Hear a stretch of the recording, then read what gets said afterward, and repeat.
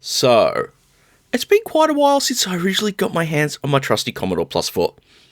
Yeah, it's one of those machines that tends to get a lot of flack. You know, cue the cries of worst Commodore 8-bit ever. But despite it, I continually find little gems to play on it that are really good fun. For me, one of those is Tutti Frutti, developed by none other than Shaun Southern of Mr. Chip Software, and published by Mastertronic in 1985.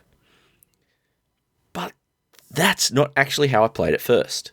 My first experience with it was actually the C64 conversion, put together by scene group Mayhem, which was entered in the 2014 RGCD car compo. That ended up coming in 10th place, which I think is pretty impressive for a conversion of a 30-year-old game.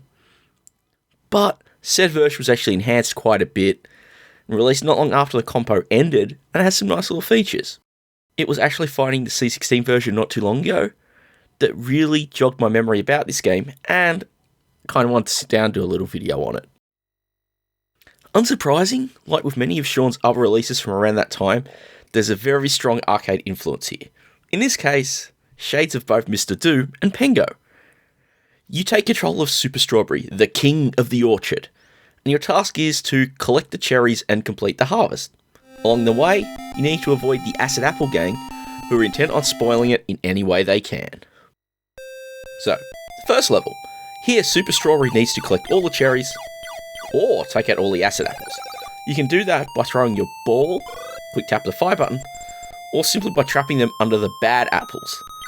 Yeah, it's a little confusing, isn't it? The second stage? It's a little more complex now, because there are two things you need to do. Either collect all the cherries, dispatch all the acid apples, or get all the bad apples down to the bottom of the playfield. It really makes this level very hectic, because you've now got three options you've got to balance against all the time. Do you go and push the bad apples down? Are you happy to take out the acid apples, or going to collect the cherries? You know, when you've got a bonus ticking away in the background, it's all about trying to work out how best to be effective.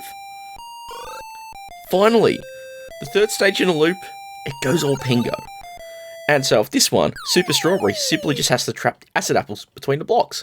Go up to them, push the fire button in a direction, and you'll knock the blocks into place. It sounds a little less chaotic than those first two stages, but you know what? It's still got its own hectic manner, and that's simply due to how the block layouts evolve, especially when you get to later loops. And at that point, come around to start, do it all over again in classic arcade tradition. Of course, things get way harder as you expect, and truth be told, I've never gotten past the second loop. Let's talk about that C64 version. So as I said, there was the original competition release and an enhanced release that came out not too long after. And obviously, the colouring is the first thing you're going to notice. The C64's got a smaller palette, and on the C16, it actually uses it quite well. But that's no surprise, being how good a designer Shaun Southern is. The in-game music, though, is much, much better. Obviously, when you've got the limited capabilities of what the TED chip can offer, compared to the almighty SID chip, well, you're going to get something that's a bit more fleshed out. Something else that's a little surprising is the ability to switch out the original sprites. It's not something you think about at first thought, but it's a quick key combination on the title screen, and it modernises it up a bit. Personally, I think I prefer the original ones, but that's just me. Finally, there's a nice little animated intro sequence which sort of introduces things, slightly sinister tone, nice little bit of presentation on that front.